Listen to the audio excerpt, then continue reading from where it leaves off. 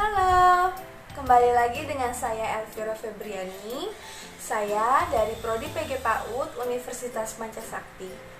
Hari ini saya akan membahas tentang konsep dasar PAUD. Apa teman-teman sudah tahu tentang konsep dasar PAUD? Apa bedanya TK dan PAUD? Yuk kita mulai pembahasannya. Pengertian anak usia dini atau PAUD. PAUD adalah pemberian upaya untuk menstimulasi, membimbing, mengasuh, dan pemberian kegiatan pembelajaran yang akan menghasilkan kemampuan dan keterampilan pada anak. Pendidikan anak usia dini juga merupakan salah satu bentuk penyelenggaraan pendidikan yang menitikberatkan pada peletakan dasar ke arah pertumbuhan dan 6 perkembangan, seperti agama dan moral, fisik motorik, kognitif, bahasa, sosial emosional, dan seni. Selanjutnya ada tujuan PAUD, antara lain: pertama, sebagai kerangka dasar bagi anak untuk menyesuaikan diri dengan lingkungan serta pertumbuhan dan perkembangan selanjutnya.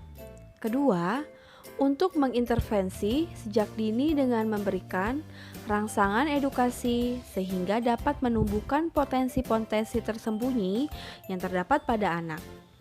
Ketiga, mengembangkan potensi-potensi yang sudah tampak pada anak tersebut. Keempat, agar dapat melakukan deteksi dini terhadap kemungkinan terjadinya gangguan dalam pertumbuhan dan perkembangan potensi-potensi yang dimiliki anak usia dini.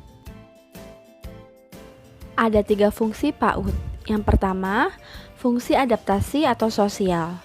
Berperan dalam membantu anak melakukan penyesuaian diri dengan berbagai kondisi lingkungan, serta menyesuaikan diri dengan keadaan dirinya sendiri, dan membantu anak agar memiliki keterampilan-keterampilan sosial yang berguna dalam pergaulan dan kehidupan sehari-hari di mana ia berada. Kedua, fungsi pengembangan. Berkaitan dengan pengembangan berbagai potensi yang dimiliki anak, membantu perkembangan masa emas anak. Setiap unsur potensi yang dimiliki anak membutuhkan suatu situasi atau lingkungan yang dapat menumbuh kembangkan potensi tersebut ke arah perkembangan potensi yang optimal, sehingga menjadi potensi yang bermanfaat bagi anak itu sendiri ataupun lingkungannya. Ketiga, fungsi bermain. Memberikan kesempatan dan wadah bermain untuk anak, berkaitan dengan pemberian kesempatan pada anak untuk bermain.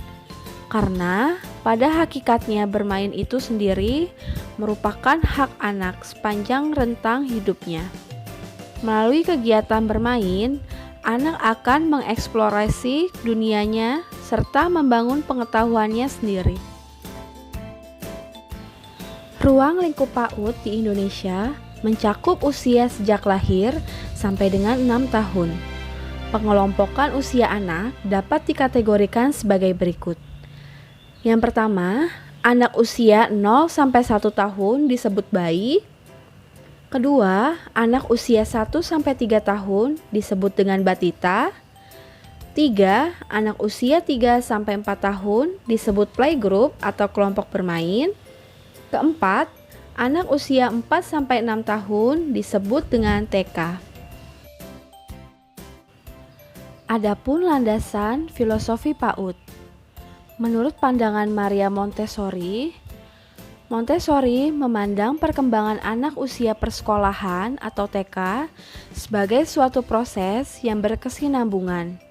Ia memahami bahwa pendidikan merupakan aktivitas diri yang mengarah pada pembentukan disiplin pribadi, mandirian dan pengarahan diri, gejala psikis atau kejiwaan yang memungkinkan anak membangun pengetahuannya sendiri dikenal dengan istilah jiwa penyerap. Adapun pandangan dari Ki Hajar Dewantara. Ki Hajar Dewantara memandang anak sebagai kodrat alam yang memiliki pembawaan masing-masing serta kemerdekaan untuk berbuat serta mengatur dirinya sendiri.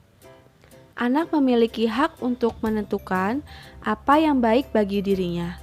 sehingga anak patut diberi kesempatan untuk berjalan sendiri dan tidak terus-menerus dicampuri atau dipaksa. Adapun prinsip-prinsip pendekatan dalam pembelajaran anak usia dini.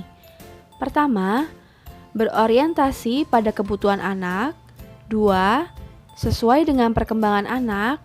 Ketiga, mengembangkan kecerdasan anak. Keempat, belajar melalui bermain. Kelima, belajar dari konkret ke abstrak, sederhana ke kompleks, gerakan ke verbal, dan dari sendiri ke sosial. Keenam, anak sebagai pembelajar aktif. 7, anak belajar melalui interaksi sosial dengan orang dewasa dan teman sebaya di lingkungannya. 8, menggunakan lingkungan yang kondusif. 9, merangsang kreativitas dan inovasi.